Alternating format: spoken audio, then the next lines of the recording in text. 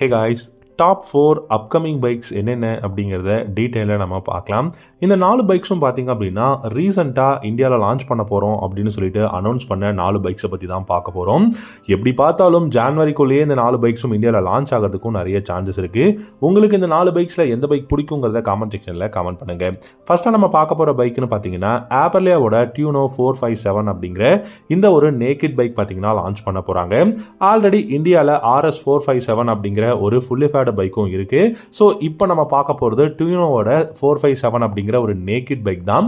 இந்த பைக் பொறுத்த வரைக்கும் பார்த்தீங்கன்னா இப்போ 2024ஓட அந்த மோட்டோ ஷோவில் எல்லாமே வந்து ஷோகேஸ் பண்ணியிருக்காங்க.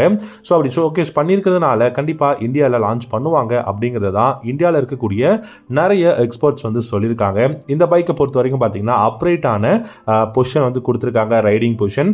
அதே மாதிரி உங்களுக்கு நியூ LED ஹெட்லாம்ப் டிசைன் அவைலபிளாக இருக்குது. Golden colour use different forks, monoshock suspensions, நல்ல வைடான radial tyres front and rear கொடுத்துருக்காங்க.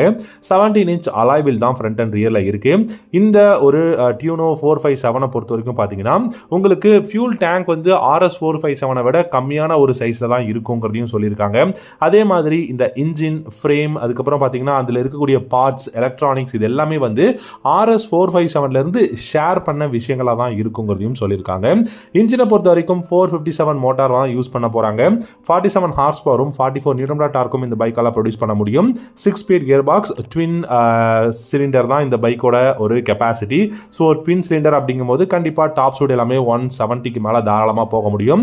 இந்த பைக் பில்டு குவாலிட்டி நல்ல தரமாக இருக்கும். DRLs எல்லாமே பார்த்தீங்கன்னா பார்க்கறதுக்கு பியூட்டிஃபுல்லாக இருக்கு. ஒரு ஆப்பர்லியாவோட ஒரு சூப்பரான ஒரு ஸ்போர்ட்ஸ் பைக் மாடல் தான் இந்த பைக். பார்த்தீங்க அப்படின்னா உங்களுக்கு 13 litres of fuel tank capacity இல்லாட்டி 12.7 litres of fuel tank capacity இருக்கும் அப்படிங்கிறது தான் சொல்லியிருக்காங்க.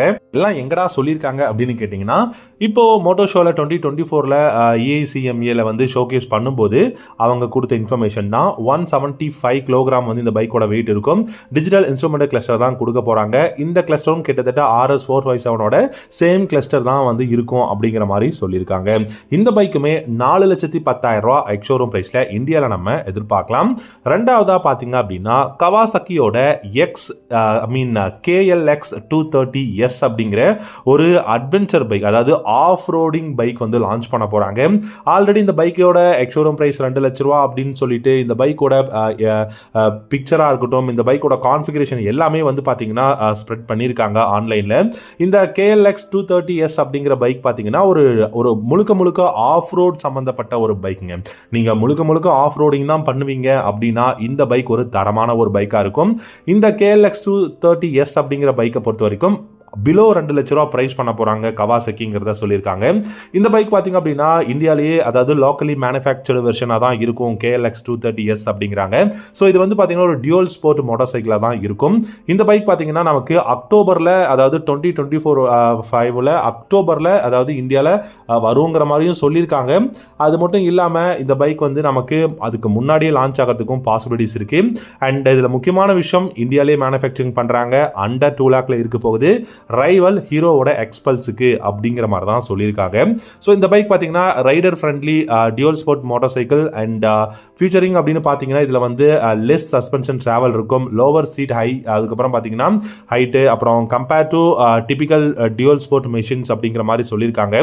ஸோ இந்த பைக் முழுக்கவே பார்த்தீங்கன்னா உங்களுக்கு ஒரு முழு ஆஃப் ரோடிங் எக்ஸ்பீரியன்ஸ் வேணும்னா இந்த பைக்கை நீங்கள் வந்து ட்ரை பண்ணி பார்க்கலாம். இன்ஜினை பொறுத்த வரைக்கும் 233 இன்ஜின் தான், சிசியில் இருக்கக்கூடிய இன்ஜின் தான் கொடுக்குறாங்க. ஏர் கூல் 2 வால்வ் இன்ஜின் தான் யூஸ் பண்ணியிருக்காங்க. 17 ஹார்ஸ் பவர்ல இருந்து இல்லாட்டி 20 ஹார்ஸ் பவர்க்குள்ள தான் இதோட பவர் இருக்கும். டார்க்குன்னு பார்த்தீங்க அப்படின்னா நமக்கு வந்து எதுவும் மென்ஷன் பண்ணலை. ஸோ கூடிய சீக்கிரம் அஃபிஷியலான இன்ஃபர்மேஷன் வரும். ஆனால் முக்கியமாக ஹீரோவோட எக்ஸ்பல்ஸ் 210க்கு தான் இந்த பைக் ரைவலாக இருக்குங்கிறத சொல்லியிருக்காங்க. அது மட்டும் இல்லாமல் ஃப்ரண்ட்ல டெலஸ்கோபிக் ஃபோக்ஸ், ரியரில் பார்த்தீங்கன்னா மோனோஷாக் சஸ்பென்ஷன் வந்து வரப்போகுது.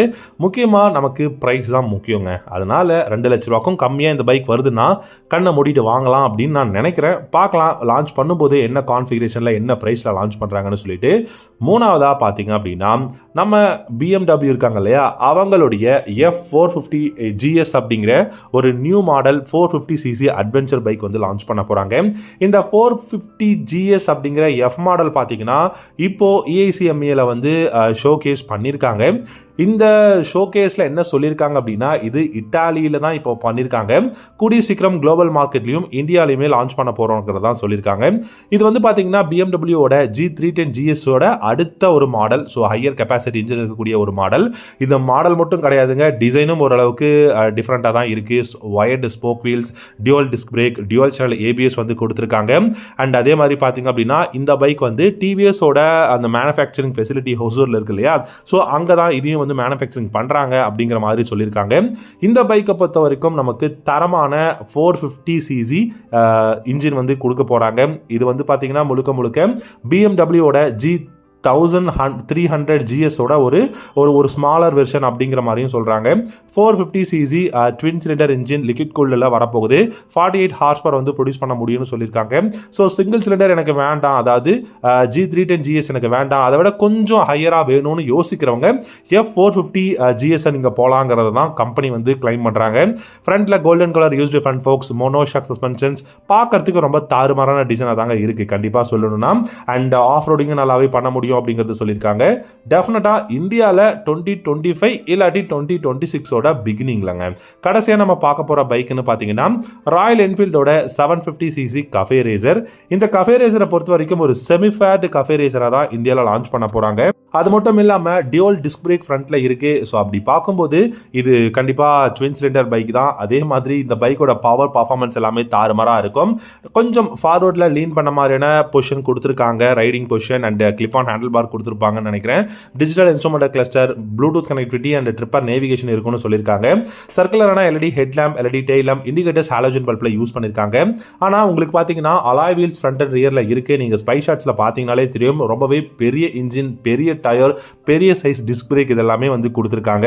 முக்கியமான விஷயம் என்னன்னா, இந்த 750cc கஃபே ரேசர் லான்ச் பண்ணாங்கன்னா ஆல்ரெடி இருக்கிற GT650 டிஸ்கண்டினியூ பண்ண போகிறாங்க அப்படிங்கிறதும் வந்து பார்த்தீங்கன்னா பரவலாக இந்தியன் மோட்டார் சைக்கிள் மார்க்கெட்டில் பரவிக்கிட்டு இருக்கு. எந்த அளவுக்கு உண்மை அப்படிங்கிறது தெரியல. அண்ட் அது மட்டும் இல்லாமல் இந்த பைக்கில் இருக்கக்கூடிய அந்த ஒரு லுக் அப்படிங்கிறதும் சூப்பராக இருக்குங்க. அண்ட் கூடிய சீக்கிரம் இந்த 750cc கஃபே ரேசரை இந்தியாவில் நம்ம எதிர்பார்க்கலாம். அது மட்டும் இல்லாமல் இந்த பைக் பொறுத்த வரைக்கும் நமக்கு டாப் ஸ்பீடே வந்து கிட்டத்தட்ட 180க்கு மேலே தாராளமாக போகும். ஐ மீன் 200க்கு மேலேயே போகிறதுக்கு சான்சஸ் இருக்கு. சஸ்பென்ஸ் செட்டப்னு பார்த்தீங்கன்னா ஃப்ரண்ட்டில் யூஸ்டு ஃப்ரண்ட் ஃபோக்ஸும் ரியரில் ட்வின் ஷாக் அப்சர்வர் வந்து கொடுத்துருக்காங்க. இது கொஞ்சம் யோசிக்கிற மாதிரி இருக்கு. பட் உங்களுக்கு சீட்டுன்னு பார்த்தீங்கன்னா உங்களுக்கு நல்ல ஒரு பெஸ்ட்டான சீட்டுங்க, கொஞ்சம் ஃப்ளாட்டான சீட் தான் கொடுத்துருக்காங்க. 15 litres of fuel tank capacity, navigation இருக்குது. நல்ல ஒரு இன்ஜின் பர்ஃபார்மன்ஸுக்காக சூப்பரான இன்ஜின் கொடுத்துருக்காங்க. 750cc இன்ஜின் தான். அண்ட் இந்த பைக்கை நம்ம நெக்ஸ்ட் மந்த் 3rd, அதாவது ஜான்வரி 2025 3rd எதிர்பார்க்கலாம்னு சொல்லியிருக்காங்க. ஐ மீன் பார்க்கலாம். 47 ஹார்ஸ் பவரும் 52 நியூட்டன் டார்க்கும் வந்து ப்ரொடியூஸ் பண்ணணும்னு சொல்லியிருக்காங்க. ஸோ கண்டிப்பாக இந்த பைக் இந்தியாவில் லான்ச் ஆச்சுன்னா டெஃபினட்டாக ஒரு பெஸ்ட்டான ஒரு கஃபே ரேசர் பைக்காக இருக்கும் அப்படின்னு நினைக்கிறேன். ஸோ நீங்கள் என்ன நினைக்கிறீங்க அப்படிங்கிறத கமெண்ட் செக்ஷனில் கமெண்ட் பண்ணுங்கள். இந்த 4 பைக்ஸில் உங்களுக்கு எந்த பைக் பிடிக்கும் அதையும் சொல்லுங்கள். தேங்க்யூ ஸோ மச் ஃபார் வாட்சிங். Have a good day.